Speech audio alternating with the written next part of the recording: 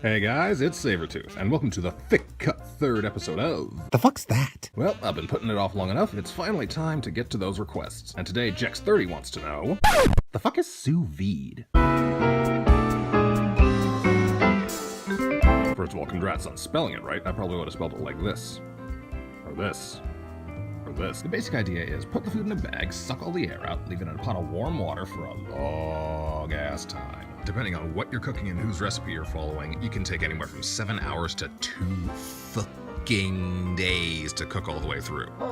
Now, the main advantage of this is it keeps the food nice and tender, avoids overcooking because the heat of the water is the final heat you want the food to be, and it really does help infuse flavor when there's no interference from air or water or anything else. Despite what that name would have you believe, it actually wasn't invented in France, or even by a French person. The basic idea was developed by an American-born Brit. Benjamin Thompson, aka Count Rumford, was a physicist who was really into the study of heat conduction. As happens surprisingly often in the culinary and scientific worlds, it was discovered completely by accident. Now, Thompson's description of the event is very long and colonial, so I'll try and condense it down as much as I can.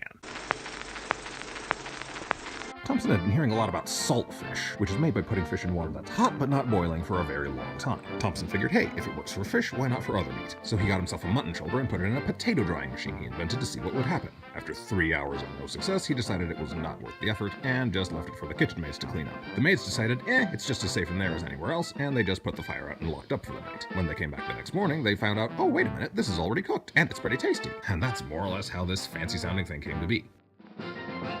Now, nobody else really used it as a cooking method until the 1960s when it was developed as a food preservation method. People had been boiling food in sealed plastic bags for a long time, but one guy discovered that, hey, if you cook it at a lower temperature, it actually tastes better when it comes out the other side. This was also around the time it got its name, which just means under vacuum. As best I can tell, it didn't become a fancified high dining experience until 1974 when Georges Pralou started using it at the Restaurant Trois Gras, because apparently a crock pot just wasn't good enough. So, should you try sous vide yourself?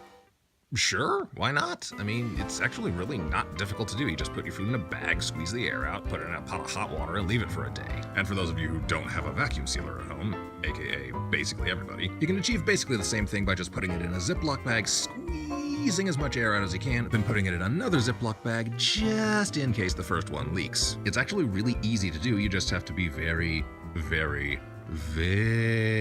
patient. Wow, that was a long history lesson. So, I think I'll cut it off here before we feel like we're back in school again. Is there anything else you want to know about? Leave it in the comments. Be sure to phrase your question in the form of a the fuck is. So thanks as always for watching. I'm Sabertooth Chef on Facebook, Saber_Tooth on Twitter and Instagram. You know how YouTube works. Please do all of the things, and I will see you in a warm bath.